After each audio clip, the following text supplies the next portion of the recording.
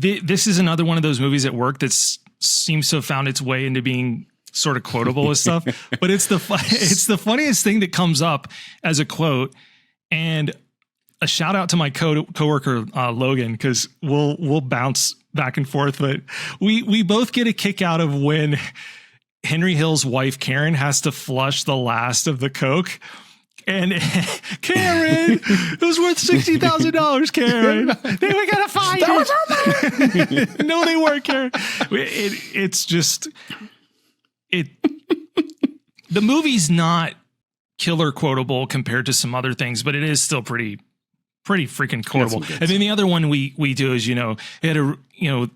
we had a system for the garlic. It was, a real good system. You slice it so that it liquefies in the pan. That's the other component of this movie that I adore, is the nod to great Italian cooking.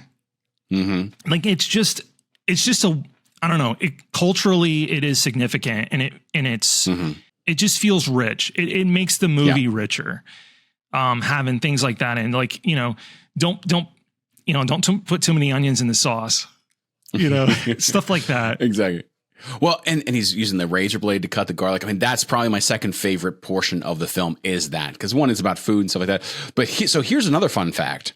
So Scorsese's mother was Tommy's mom in the film, right?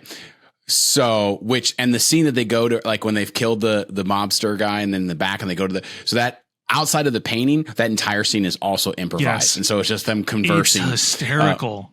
And she was such a lovely woman. If you've ever read anything about her, she was a doll. Yeah. Great. And she's so good in that role. And and she's fantastic, and plays off of them and just is like talking and having a good time.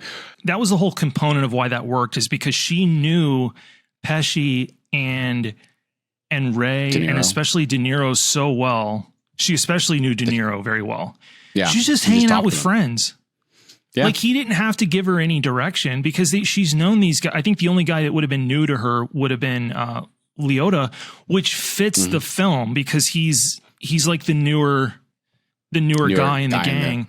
And so, she's hanging out with friends, and they just let the cameras roll, and it's just magical and funny. Oh, that scene is so funny. Oh, I love that scene. So, but the fact that it's all improvised is great. But the second portion, that all the prop Italian food that was on set was made by his mother. Really?